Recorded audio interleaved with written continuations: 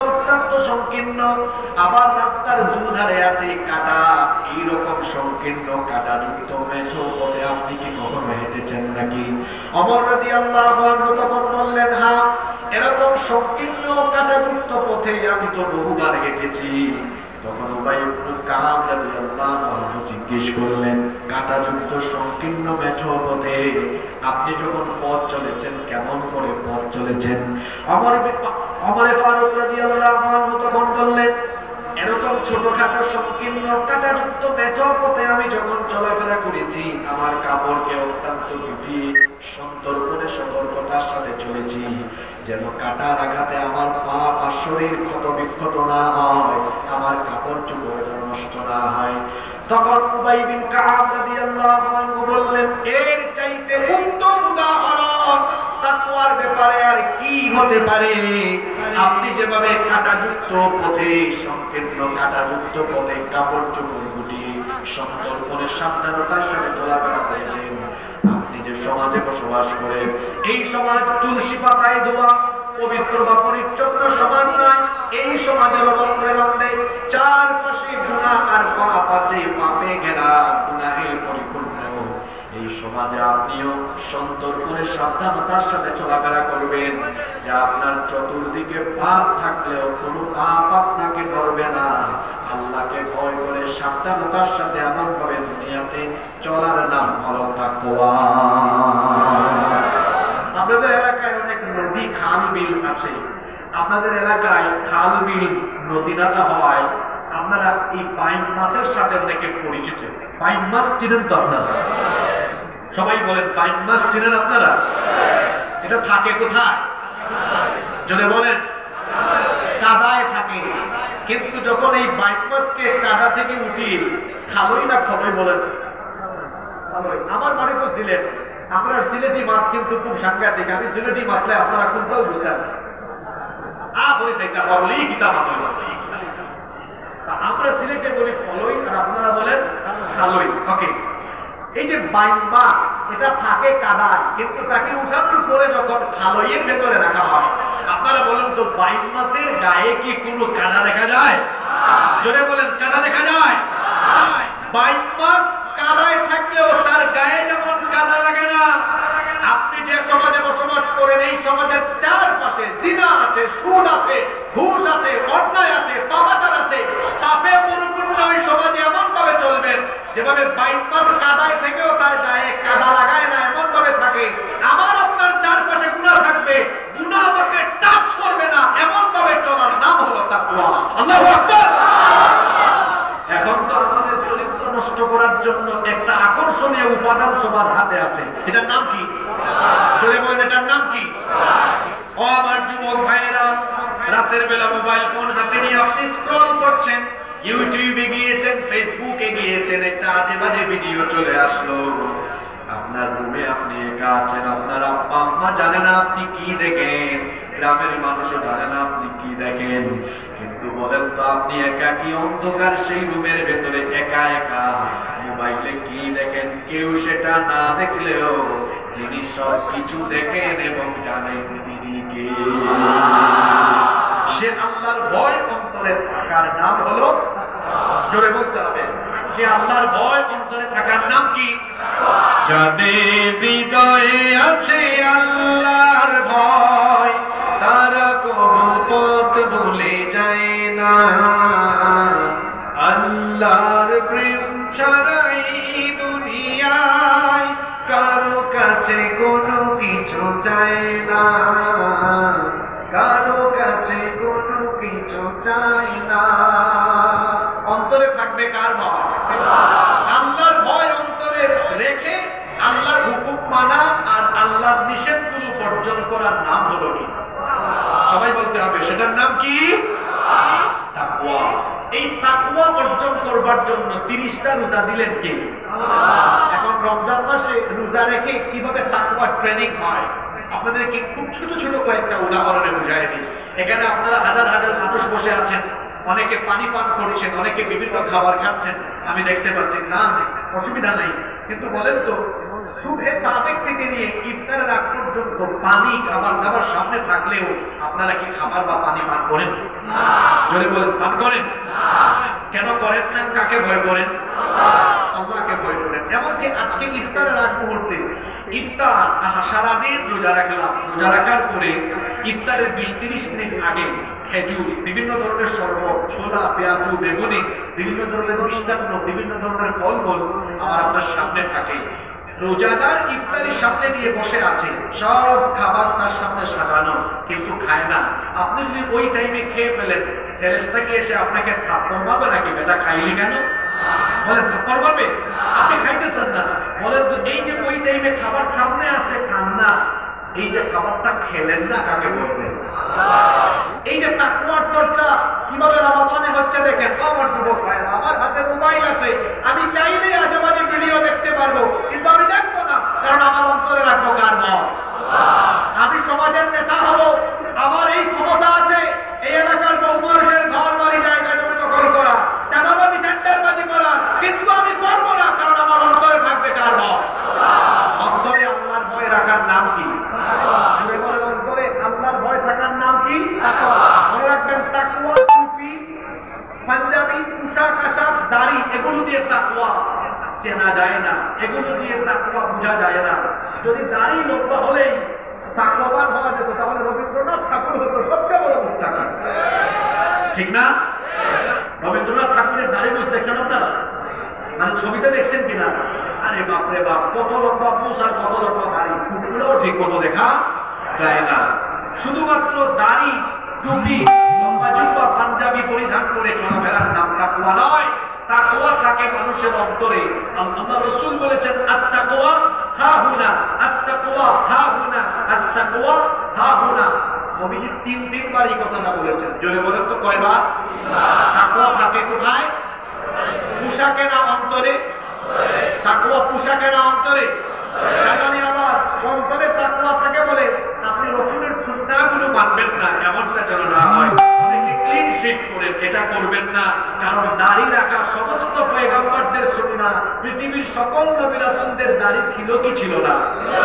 শোনেন, নারী আর পুরুষের মধ্যে পার্থক্য করার মতো সৃষ্টিগত কিছু বিষয় আল্লাহ দিয়েছেন। নারীদের ফেস ক্লিন থাকে, এখন পুরুষ মানুষের ফেসও যদি ক্লিন থাকে, তো নারী পুরুষের মধ্যে তো কোনো পার্থক্য থাকে না। দাড়ি হলো পুরুষের সৌন্দর্যের একটা বিশেষ নিদর্শন, দাড়ি পুরুষত্বের আলামত। দাড়িতে পুরুষকে সুন্দর লাগে কম না বেশি? যারা দেখবেন ক্লিন শেভ করে, এদের গালগুলা দেখতে শিলামুরগি লাগে। এদের দাড়ি আছে, এই যে দেখেন আমার ভাইয়েরা বাবারা যাদের দাড়ি আছে, কত সুন্দর লাগে দেখতে, কারণ দাড়ির ভেতরে রাসূলের সুন্নাহর সৌন্দর্যের পাশাপাশি চেহারায় আলাদা একটা মায়া যিনি দান করেন। জোরে বলেন তো তিনি কে? যারা এখানে এসেছেন, যারা দাড়ি রাখেন না, আল্লাহ সবাইকে দাড়ি রাখার তৌফিক দান করুন। যুবক ভাইরা দাড়ি রাখবেন। অনেকে বলে, হুজুর দাড়ি তো রাখতে চাই, কিন্তু দাড়ি রাখলে যদি আমাকে কোনো মেয়ে পছন্দ না করি, ভাই দাড়ি রাখার কারণে কোনো মেয়ে যদি আপনাকে পছন্দ না করে, আল্লাহর শুকরিয়া জানাবেন, এক জাহান্নামী নারী থেকে আল্লাহ আপনাকে বাঁচিয়ে দিয়েছেন। বরং দাড়ির কারণে একটা পুরুষের সৌন্দর্য বাড়ে, দাড়ির কারণে পুরুষের চেহারা আরো বেশি নুরানি হয়ে যায়। সুবহানাল্লাহ। বলছিলাম, দাড়ি, টুপি, পাঞ্জাবি, এই সুন্নাতগুলো আপনার মধ্যে থাকবে, কিন্তু শুধু এগুলোতেই তাকওয়ার বহিঃপ্রকাশ হয় না, বরং তাকওয়া থাকে কোথায়? অন্তরে। কারণ এখন বহু দাড়িওয়ালা লোক আছে, কুখ্যাত চোর, চুরি বাটপারি করেছে, রাষ্ট্রীয় দায়িত্ব পেয়ে লম্বা দাড়ি রেখে চুরি করেছে।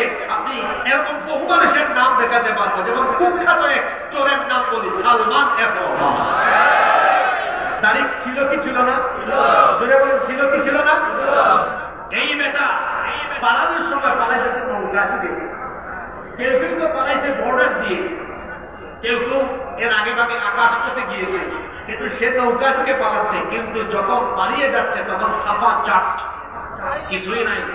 তো এই দরবেশ যাচ্ছে আরেক সুফিকে নিয়ে, কারণ সুফিকে পুলিশ ধরে ফেলছে, দরবেশকে চেনা যায় না। সুফিকে নিয়ে যখন চলে যাচ্ছে, সুফি সাহেব বলতেছেন, আমাকে নিয়ে যাচ্ছেন, দরবেশটাকে নিবেন না? তো এটা আবার কোনটা? দেখেন না, একদম সব ফালায় দিয়া সাফা চাট পেয়েছে। এরা আবার ক্ষমতায় থাকলে আলেমদেরকে বলে ধর্ম ব্যবসায়ী, বলে কি বলে না? আলেমরা ধর্ম ব্যবসায়ী নয়, বরং যারা ধর্মীয় লেবাস পরে মানুষের সাথে প্রতারণা করে, তারাই হলো প্রকৃত ধর্ম ব্যবসায়ী। বলছিলাম শুধু দাড়ি টুপি লাগালেই মুত্তাকি হওয়া যায়? তাকওয়া থাকার জায়গা কোথায়? বলে বলেন তাকওয়া থাকার জায়গা কোথায়?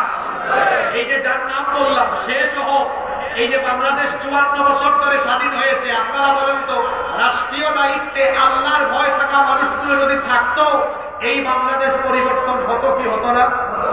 হতো কি হতো না? তাকওয়াবান শাসকের নমুনা কারে কয়? আমি একটা ঘটনা বলবো, আপনারা শুনবেন।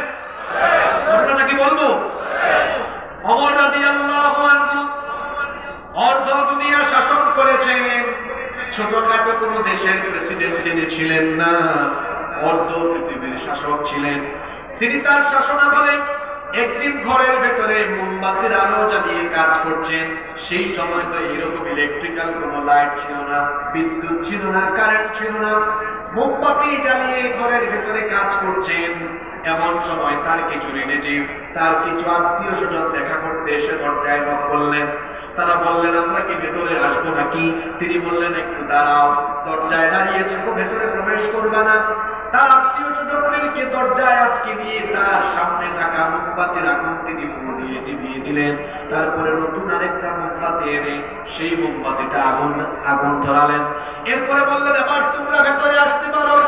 ভেতরে ঢোকার পরে এরা কিউরিসিটি নিয়ে, কৌতূহল নিয়ে জানতে চাইলেন আমিরুল মুমিনিন আপনার সামনেই তো মোমবাতি প্রজ্বলিত ছিল, সেটা আপনি ফু দিয়ে নিভিয়ে দিয়ে নতুন করে আরেকটা মোমবাতিতে আগুন ধরালেন কেন?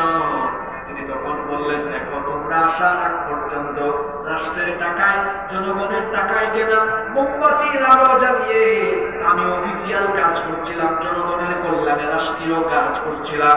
তোমরা যখন এসে ভেতরে ঢোকার অনুমতি চাইলে আমি মনে মনে চিন্তা করলাম জনগণের পয়সায় কেনা মোমবাতির আলো জ্বালিয়ে তোমাদেরকে ঘরে ঢুকিয়ে যদি ব্যক্তিগত কথাবার্তা বলি তাহলে জনগণের সম্পদ নষ্ট হবে, রাষ্ট্রের সম্পদ অপচয় হবে, আমিও খেয়ানতকারী হিসাবে জালিম হয়ে কিয়ামতের ময়দানে আল্লাহর সামনে দাঁড়াতে হবে। এই ভয় যখন আমার অন্তরে চলে আসলো, তোমাদেরকে দরজায় আটকিয়ে দিয়ে জনগণের পয়সায় রাষ্ট্রের টাকায় কেনা মোমবাতির আগুন ফু দিয়ে নিভিয়ে নিজের টাকায় কেনা মোমবাতির আগুন জ্বালিয়ে তোমাদেরকে ভেতরে ঢুকিয়ে কথা বলছি। এমন যদি হতো আমার দেশের শাসক হতো ওমরের মতো মতো, আবু বকরের মতো। পটুয়াখালীর মানুষ চান কি চান না? জোরে বলেন চান কি চান না? এমন যদি হতো আমার দেশের শাসক হতো ওমরের মতো মতো, আবু বকরের মতো। জনগণের খোঁজ খবর নিত রাত দুপুরে, ঘুরে ঘুরে দেখতো কি কেউ আছে অনাহারে। আমার দেশের মা বোনেরা লাঞ্ছিতা হতো না, আমার দেশের কৃষক শ্রমিক বঞ্চিত হতো না। ধনী গরিব ভুখা নানা নাহি পাওয়া যেত যদি আমাদের নেতা হতো ওমরেরই মতো মতো, আবু বকরের মতো। আল্লাহ বানিয়ে দেন, বলেন আমিন। 54 বছর ধরে আমরা এই বাংলাদেশে বিভিন্ন ব্যক্তিদের বিভিন্ন দলমতের শাসন দেখেছি। যারাই বলেছেন বাংলাদেশকে বদলে দিব, তারা ক্ষমতায় যাওয়ার পরে নিজেদের গাড়ি বাড়ি চেহারা বদলিয়েছেন, বাংলাদেশ বদলায় নাই। বাংলাদেশের মানুষ বুঝতে পেরেছে বাংলাদেশকে বদলাতে হলে মানুষের তৈরি করা আইনকে লাঠি দিয়ে বঙ্গভাষা করে ফেলে আল্লাহর কোরআনের আইনকে পার্লামেন্টে নিয়ে যেতে হবে। এজন্য আমরা বলি সব কিছু দেখা শেষ, বাকি আছে আল কোরআনের আলেম উলামার বাংলাদেশ। আমরা আলেম উলামা পীর মাশায়েখদের নেতৃত্বে একটি নতুন আলোকিত বাংলাদেশ চাই কি চাই না? কারা কারা চান দুহাত তুলে আল্লাহকে দেখান।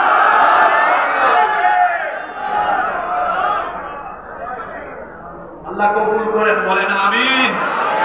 আমি বুঝতে পারছি আমাদের আলোচনা তাদের সাথে ধীরে ধীরে অভ্যস্ত করাইতে হবে। আমি কিন্তু জীবনে প্রথম পটুয়াখালী এসেছি, যদিও আপনাদের আশেপাশের জেলা বরগুনায় এসেছি, বরিশালে এসেছি, পটুয়াখালীতে আমি জীবনে প্রথম এসেছি। আমাকে আপনারা কারা কারা চিনেন, মানে ফেসবুক, ইউটিউবে বা টিভিতে দেখছেন? কে কে? ও মাশাআল্লাহ, অনেকে দেখছেন, ঠিক আছে। অনেকের কাছে আমি নতুন, তাই না? সম্মানিত উপস্থিত, তাহলে আমরা বলছিলাম তাকওয়ার কথা। এই তাকওয়া এটা চেহারা সুরত দিয়ে হয় না, এটা থাকার জায়গা কোথায়? জোরে বলেন, তাকওয়া থাকার জায়গা কোথায়? এই তাকওয়াটা কি? তাকওয়া হচ্ছে এমন একটি গুণ যেটা না থাকলে কোনো ব্যক্তি জান্নাতের গন্ধও পাবে। আল্লাহর নবীকে সাহাবীরা জিজ্ঞেস করেছেন, মা আকতারু মা ইউদখিলুন নাসাল জান্নাহ, ওগো আল্লাহর নবী, কোন আমাদের কারণে মানুষ সবচাইতে বেশি জান্নাতে প্রবেশ করবে? আল্লাহর নবী বললেন, দুটো জিনিসের কারণে সবচাইতে বেশি সংখ্যক মানুষ জান্নাতে ঢুকবে। এক নাম্বার হলো তাকওয়াল্লাহ, আল্লাহর ভয়, আর দুই নাম্বার হলো হুসনুল খুলুক, উত্তম চরিত্র। তাকওয়া ছাড়া উত্তম চরিত্রবান হওয়া যায় না। সুতরাং যারা তাকওয়াবান হয়ে উত্তম চরিত্রবান হবে, তাদেরকে খুশি হয়ে যিনি জান্নাতের মেহমান বানিয়ে দিবেন তিনি কে?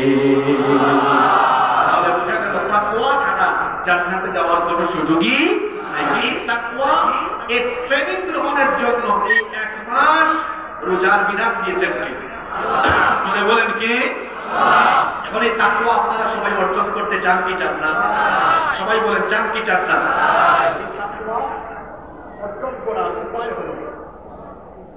এই তাকওয়া অর্জন করার উপায় হলো, তাকওয়া অর্জনের জন্য আল্লাহ তাআলা আমাদেরকে একটি কিতাব দিয়েছেন। আমার হাতে এই কিতাব আছে, জোরে বলেন তো এই কিতাবের নাম কি? সবাই বলেন।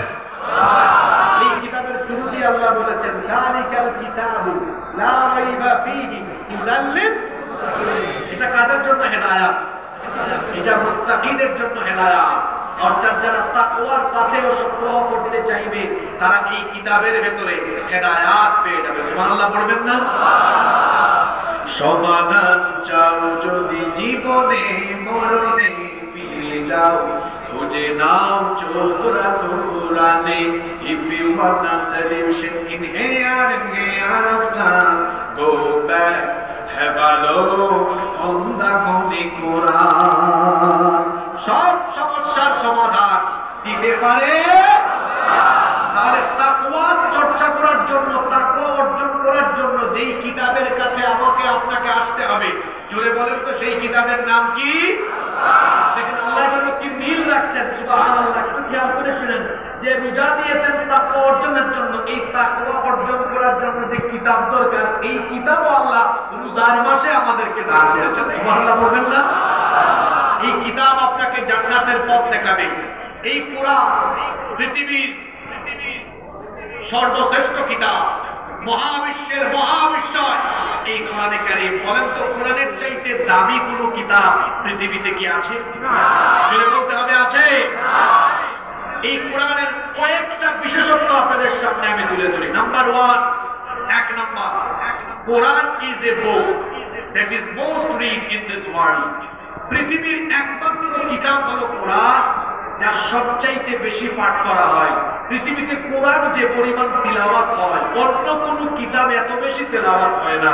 আপনি জানলে অবাক হবেন, এই কোরআন পৃথিবীর একমাত্র কিতাব যা দিবানিশি বিরামহীন বিরতিহীন ভাবে অনবরত দিবানিশি 24 ঘন্টা তেলাওয়াত হয়।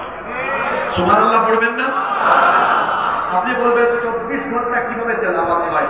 আমরা তো 5 ওয়াক্ত নামাজে কোরআন তেলাওয়াত করি, এছাড়াও মাঝে মাঝে আধা ঘন্টা 1 ঘন্টা করি, কিন্তু 24 ঘন্টায় পৃথিবীতে কোরআন কেমনে তেলাওয়াত হয়? এটা কি আমি চাপাবাজি করলাম না বাস্তব কথা বললাম? কিভাবে বাস্তব কথা একটু বুঝে যান, আপনারাও এই কথাগুলো মানুষের কাছে প্রচার করবেন। আজকের বিজ্ঞান, মহাকাশ বিজ্ঞান এবং জ্যোতির্বিজ্ঞানীরা এটা আমাদের জন্য বোঝাকে সহজ করে দিয়েছেন। পৃথিবীর ঘূর্ণায়মান গতি এবং আহ্নিক গতি আর বার্ষিক গতির ফলে পৃথিবীর বিভিন্ন স্থানে সময়ের ভিন্নতা আছে না নাই? আচ্ছা বলেন তো, এখন কি সারা পৃথিবীতে রাত 11টা বাজে? এখন সৌদি আরবে রাত 8টা, মাত্র তারাবি শুরু হবে। আবার এখন আমেরিকায় দুপুর 12টা। আমার বাড়ি তো সিলেটে, আমার প্রচুর আত্মীয়-স্বজন লন্ডনে থাকেন। আপনারা জানেন সিলেটি মানুষ বেশিরভাগ কোথায় থাকে? লন্ডনে। এখনো বিকেল 5টা বাজে, একটু পরে তারা ইফতার করবে। এখন কোন দেশে ফজরের আযান হবে, কোন দেশে যোহরের আযান, কোন দেশে আসর, কোন দেশে মাগরিব, কোন দেশে এশা, কোন দেশে সূর্য উঠতেছে, কোন দেশে ডুবে যাচ্ছে। তাহলে পৃথিবীর সব জায়গায় সময় একরকম না ভিন্ন রকম? সবাই বলেন, একরকম না ভিন্ন রকম? এর কারণে বিজ্ঞানীরা একটা আশ্চর্য তথ্য খুঁজে পেয়েছেন। তারা দেখেছেন সময়ের এই পার্থক্যের কারণে, ভিন্নতার কারণে পৃথিবীতে প্রায় 24 ঘন্টায় পৃথিবীর কোনো না কোনো জায়গায় আযান হয়। আপনারা সুবহানাল্লাহ করতে পারলেন না? যেমন এখন কোন দেশে ফজরের আযান হচ্ছে, কোন দেশে জোহরের আযান হচ্ছে, আর মির্জাগঞ্জের মানুষ ওয়াজ শুনে, কিন্তু অনেক জায়গায় এখন জোহরের নামাজ আদায় হচ্ছে। এখন সৌদি আরবে এশার নামাজ, তারাবির নামাজ চলে। তাহলে বিজ্ঞানীরা গবেষণা করে দেখেছেন সময়ের পার্থক্যের কারণে পৃথিবীতে 24 ঘন্টা আযান হয়। আযান হলে মুসলমানরা নামাজে দাঁড়ায়। আপনারা বলেন তো, নামাজে মুসলমানরা কয়টা কিতাব থেকে তিলাওয়াত করে? সবাই বলেন, আবার বলেন, জুড়ে বলেন। নাকি আপনাদের এলাকায় হুজুররা এভাবে বলেন আল্লাহু আকবার? আর আমি হুরায়রা রাদিয়াল্লাহু আনহু قال قال রাসূলুল্লাহ সাল্লাল্লাহু আলাইহি ওয়াসাল্লাম, বুখারী শরীফ আরম্ভ করে নাকি না? যদি করে পিছন থেকে রিকশা ড্রাইভার, ভ্যানের ড্রাইভার বলে, হুজুর নিজেকে ঠিক করেন, আলহামদুলিল্লাহি রাব্বিল আলামিন, ঠিক করে দিবে না?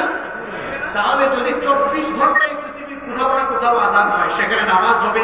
আর নামাজে কয়টা কিতাব থেকে তেলাওয়াত হবে?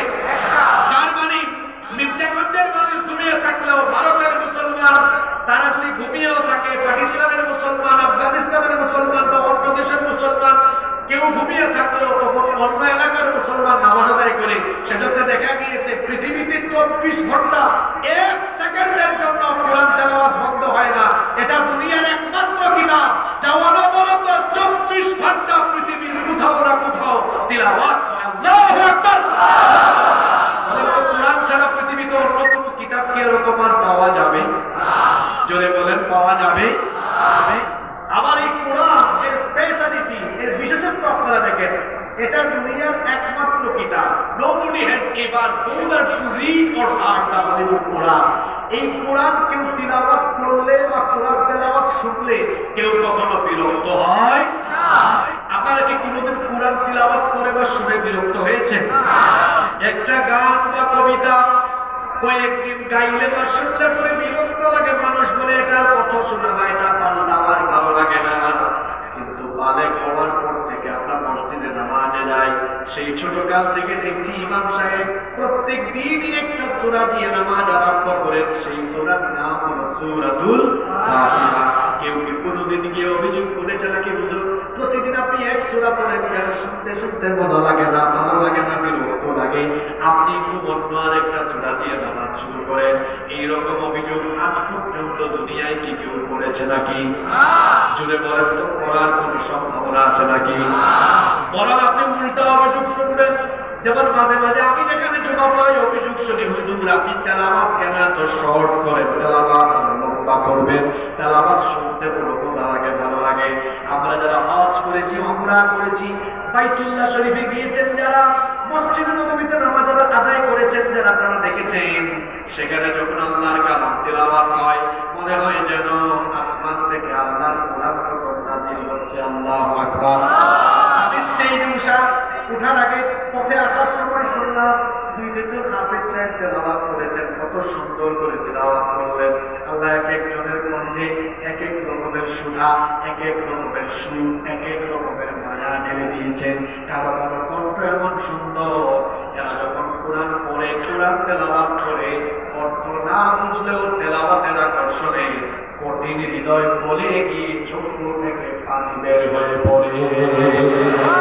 হয় কি হয় না? যদি বলেন হয় কি হয় না? তাহলে কোরআন পড়লে বা শুনলে কি কারো বিরক্ত লাগে? আবার এটা হলো পৃথিবীর একমাত্র কিতাব। The number of the people who have memorized the Holy Book Quran is countless. এটি দুনিয়ার একমাত্র কিতাব যার মুখস্থকারীর সংখ্যা দুনিয়াতে সবচাইতে বেশি। সুবহানাল্লাহ পড়বেন না? আচ্ছা, কোরআনের যত হাফেজ আছে পৃথিবীতে অন্য কোনো কিতাবের কি এত হাফেজ আছে? আমি আজকে মির্জাগঞ্জে খ্রিস্টানদের চার্চ দেখলাম বিভিন্ন এলাকায়। আমার বাড়িতে ছেলেদের প্রচুর মন্দির আছে। এই বাংলাদেশ মাকে হয়েছে না, ঠিক আছে, আমাদের এই দেশে আমরা বিভিন্ন ধর্মের মানুষ বাস করি, কিন্তু আমাদের মুসলমানদের মধ্যে কোরআনের যত হাফেজ পাবেন, অন্য ধর্মে কি তাদের ধর্মীয় গ্রন্থের যত হাফেজ আপনারা পাবেন না, কখনোই না। ওরা 1-2 কথা পড়লেই বেহুশ হয়ে যাবে। কিন্তু আমাদের হাফেজ সাহেবরা গোটা রমজান ধরে তেলাওয়াত করছে তো করছে, আর পিছন থেকে মুসল্লিরা শুনছে তো শুনছে। যে পরে তারও মজা লাগে, যে শুনে তারও মজা লাগে। সুবহানাল্লাহ, একটা মজা আছে না নাই? সুবহানাল্লাহ। চিন্তা করেন, এই 610 পাতার কোরআন হাফেজরা মুখস্থ করে ফেলেছে। অনেকে আছে মাদ্রাসার ছেলেদেরকে টিটকারি মারে, এরা খুব একটা মেধাবী না। শোনেন, পটুয়াখালী, বরিশালের মানুষ, আপনাদের এলাকায় বিভিন্ন কলেজ বিশ্ববিদ্যালয় আছে। কলেজ বিশ্ববিদ্যালয়ের একটা ছেলেকে বলবেন, তোমার যে ক্লাসে 10টা 12টা বই আছে, তুমি কি যে কোনো একটা বইয়ের প্রথম পাতা থেকে শেষ পাতা পর্যন্ত পড়ে শোনাতে পারবে? আপনারা বলেন, মুখস্থ পারবে? আরে আমি তো নিজে স্কুলে পড়েছি, আমি স্কুলে পড়ছি, আমি মাদ্রাসায় পড়ছি, আমি ইউনিভার্সিটিতে পড়ছি, তো সব বারান্দা তো ঘুরে আসছি। ওরা তো পরীক্ষার সময় সাজেশন খুঁজে, কোনটা 99%, কোনটা 90%। একটা ছেলেও পাবেন না যারা তার এতগুলো বই থেকে একটা বইয়ের প্রথম বা শেষ পাতা পর্যন্ত পারবে। দুই একজন থাকলেও থাকতে পারে। কিন্তু আপনি যদি যে কোনো হাফেজি মাদ্রাসায় গিয়ে বলেন কোনো হাফেজকে, বাবা তুমি কি পুরা কোরআন শোনাতে পারবে? আপনাদের কি মনে হয় পারবে? বলবে, আপনি প্রথম রমজানে আমার পিছনে দাঁড়াবেন, প্রথম পৃষ্ঠা শুরু করব, আর শেষ রমজানের শেষ পাতায় গিয়ে শেষ করে পুরো কোরআন আপনাকে শোনাই দেব। আল্লাহু আকবার। বলেন তো, এই কোরআনের কোটি কোটি হাফেজ গোটা পৃথিবীতে আছে না নাই? শুধু এই বাকেরগঞ্জে, মির্জাগঞ্জে, এই পটুয়াখালীতে, বরিশালে তো আপনারা হাজার হাজার হাফেজ পাবেন। প্রতিটা ইউনিয়নে ওয়ার্ডে ওয়ার্ডে হাফেজ আছে, কিন্তু অন্য কোনো কিতাবের হাফেজ কি আছে? জোরে বলেন আছে? এজন্য কোরআন বিরোধীরা যদি তামাম দুনিয়ার সকল মুসহাফকে, কোরআনকে একত্রিত করে জ্বালিয়ে ছাই করে দেয়, পৃথিবী থেকে তারা কি কোরআনকে নিশ্চিহ্ন করতে পারবে? এই লোকটা কিন্তু নকুল কুমার বিশ্বাস, কিন্তু লিখেছে কি দারুণ কথা। আমি তার জন্য দোয়া করি, আল্লাহ যেন তাকে হেদায়েত দেন। বলেন আমিন। যদি আগুন লেগে ধ্বংস হয়ে যায়, যদি আগুন লেগে যায় পুড়ে যায় পৃথিবীর সব বইয়ের দোকান, বিশ্ব থেকে হারাবে না, বিশ্ব থেকে হারাবে না পবিত্র কোরআন।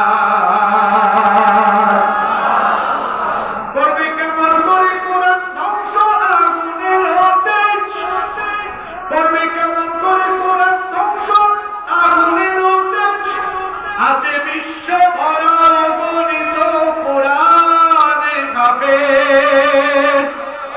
তারা ছাপায় আসমানি গ্রন্থ, তারা ছাপায় আসমানি গ্রন্থ, বাঁচাবে কোরআনের মান, বিশ্ব থেকে হারাবে না, বিশ্ব থেকে হারাবে না পবিত্র কোরআন। আল্লাহু আকবার বলেন। পৃথিবী থেকে কোরআন হারাবে না, কোরআনের আন্দোলন হারাবে না, আলেমরা হারাবে না, পীর মাশায়েখরা হারাবে না, কোরআনের আন্দোলনকে স্তব্ধ করা যাবে না, কোরআনের দাওয়াত বন্ধ করা যাবে না, বরং কোরআনের দাওয়াত যারা বন্ধ করতে চাইবে তত গোষ্ঠী তারা ধ্বংস হয়ে যাবে। সম্মানিত উপস্থিতি, এই কোরআন নাজিলের পর থেকে আজ পর্যন্ত কেউ আল্লাহর কোরআনের কোনো ক্ষতি করতে পারে না। জোরে বলেন পারে? কিয়ামত পর্যন্ত পারবে? জোরে বলেন পারবে? পশ্চিমকালেও পারবে না। এই কোরআনের আরো একটা বিশেষত্ব বলে আমি আমার মূল কথায় যাই। কষ্ট হচ্ছে নাকি আপনাদের? এখন বিজ্ঞানের যুগ। এখন কিসের যুগ? বরিশালের মানুষ, পটুয়াখালীর মানুষ তো অনেক শিক্ষিত। এই বিজ্ঞানের যুগে কোরআন চলবে না, চলতে পারে না, এমন কোন কথা কেউ বলতে পারবে? জোরে বলেন, বলতে পারবে? আমরা তো মনে করি অনেকে এই কোরআন ঝাড়ফুঁক, শুধু ঝাড়ফুঁক আর তাবিজ লেখার বই, তাবিজ লেখার কিতাব, ঝাড়ফুঁক দেওয়ার কিতাব না। এই কোরআন হলো জ্ঞান বিজ্ঞানের কিতাব। সুবহানাল্লাহ। কিপ ইন ইউর মাইন্ড, মনে রাখবেন, there is no contradiction between the Holy Book, Quran and science. কোরআনের সাথে বিজ্ঞানের কোনো দ্বন্দ্ব নাই, বরং বিজ্ঞান যত উন্নত আর সমৃদ্ধ হচ্ছে, কোরআন বুঝা মানুষের জন্য তত বেশি সহজ হয়ে যাচ্ছে। সুবহানাল্লাহ। বিজ্ঞান এখন যা জেনেছে, কোরআনটা জানিয়েছে আরো ১,৫০০ বছর আগে, তাহলে কোরআন আগে না বিজ্ঞান আগে? কোরআন আগে না বিজ্ঞান আগে? আমি 2-3টা উদাহরণ দিলে আপনারা কি খুব বিরক্ত হবেন নাকি? কষ্ট হয় আপনাদের? কোরআন শুনতে তো কষ্ট হয় না। কোরআন শুনলে মুমিনের ঈমান বাড়িয়ে দেন কে? দেখেন বিজ্ঞান নিয়ে যে মানুষ এত ফুটানি করে, এই বিজ্ঞান কোরআনের কাছে অসহায়। বিজ্ঞান কোরআনের কাছে, জোরে বলেন বিজ্ঞান কোরআনের কাছে। এই পৃথিবীটা দেখতে কেমন? হায় হায়, আপনারা এখন ওই গোলে পড়ে আছেন। পৃথিবী গোল নয়। প্রাচীনকালের বিজ্ঞানীরা বলতেন পৃথিবী সম্ভবত চ্যাপ্টা বা সমতল হতে পারে। 1500 শতাব্দীর পরে স্যার ফ্রান্সিস ড্রাক তিনি জলপথে পরিভ্রমণ করে তারপরে বলেছেন প্রাচীনকালের বিজ্ঞানীদের ধ্যান ধারণা ভুল। পৃথিবী আসলে চ্যাপ্টা বা সমতল নয়, পৃথিবী হলো গোল। এটা আরো 500-600 বছর আগের সত্য, কিন্তু বর্তমান তো বিজ্ঞান অনেক উন্নত। এখন বিজ্ঞান স্যাটেলাইটের যুগে প্রবেশ করেছে। স্যাটেলাইটের যুগে আধুনিক বিজ্ঞান বলছে পৃথিবী গোল, এই তত্ত্ব ভুল। বরং পৃথিবী হলো কমলা লেবু আছে না, ডিম আছে না, ডিম। আচ্ছা ডিম কি একদম গোল নাকি? আর আজকে আমরা কি ইফতারে খাইছেন না? ডিম কি গোল একদম? তাহলে ডিমের সেই ডিমের আকৃতি যেমন পৃথিবীর আকৃতিও তেমন। বিজ্ঞানীরা কিলাকিলি করতে করতে কুটাকুটি করতে করতে এরপরে কিছুটা আগে এটা বলেছে যে পৃথিবী দেখতে ডিম আকৃতি। কিন্তু যে কোরআনকে আপনি মোল্লা মৌলবীদের কিতাব মনে করেন, ঝাড়ফুঁকের তাবিজের কিতাব মনে করেন, এই কোরআন আপনি পড়ে দেখেন আল্লাহ তাআলা কোরআনে কারিমে আরো 1500 বছর আগে সূরা নাজিয়াতের মধ্যে বলে দিয়েছেন ওয়াল আরদা বা'দা যালিকা দাহাহা। এখানে আলেমরা বসে আছেন, আরবি অভিধান খুললে দেখা যাবে উট পাখির ডিমকে আরবিতে বলা হয় দাহা। আল্লাহ তাআলা বলছেন ওয়াল আরদা বা'দা যালিকা দাহাহা, আর এই পৃথিবীকে আমি উট পাখির ডিমের মতো ডিম্বাকৃতির করে বানিয়েছি। সুবহানাল্লাহ কি বাড়ি গিয়ে বলবেন নাকি? তাহলে শরীরের সব শক্তি তোমার মাঝখানে এনে বলেন তো কোরআন আগে না বিজ্ঞান আগে? কোরআন আগে না বিজ্ঞান আগে? আচ্ছা আপনারা ফিঙ্গারপ্রিন্ট দেন না? ফিঙ্গারপ্রিন্ট আঙ্গুলের ছাপ। বিদেশে যাবেন, পাসপোর্ট করবেন, ফিঙ্গারপ্রিন্ট লাগবে। একটা সিম রেজিস্ট্রেশন করবেন, ফিঙ্গারপ্রিন্ট লাগবে। সাব রেজিস্ট্রি অফিসে গিয়ে জায়গা জমি আপনারা রেজিস্ট্রি করেন না, ওখানেও টিপসই লাগে কি লাগে না? ভোট দিতে যাবেন, সেখানেও ফিঙ্গারপ্রিন্ট লাগে। বিদেশে যাবেন, ইমিগ্রেশনে ফিঙ্গারপ্রিন্ট লাগবে। জায়গা জমি দলিল করবেন, ফিঙ্গারপ্রিন্ট লাগবে। এই যে ফিঙ্গারপ্রিন্ট, এটা এক আশ্চর্য জিনিস। খেয়াল করে শোনেন, এখানে কেউ কথা বলেন না, যারা দাঁড়িয়ে আছেন বসেন, অনেক তথ্য পাবেন, বসেন। আচ্ছা আমার দিকে তাকান, আমাদের হাতে আঙ্গুল আছে কয়টা? আরো জোরে কয়টা? সবাই বলেন, আবার বলেন।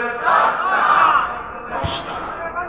এই যে 10টা হাতের আঙ্গুল আছে, বলেন তো এক আঙ্গুলের ছাপের সাথে আরেক আঙ্গুলের ছাপের কি কোনো মিল আছে? সুবহানাল্লাহ বলবেন না? আবার আপনার আঙ্গুলের ছাপের সাথে আমার মিল নাই, আমারটার সাথে আপনার মিল নাই, কিন্তু আমার সিগনেচার আপনি কষ্ট করে নকল করতে কি পারবেন? পারবেন। কিন্তু আমার ফিঙ্গারপ্রিন্ট দুনিয়ার অন্য দ্বিতীয় কোনো ব্যক্তি নকল করতে পারবে? এটা ওয়ান পিস, এটা একরকম করে বানিয়েছেন কে?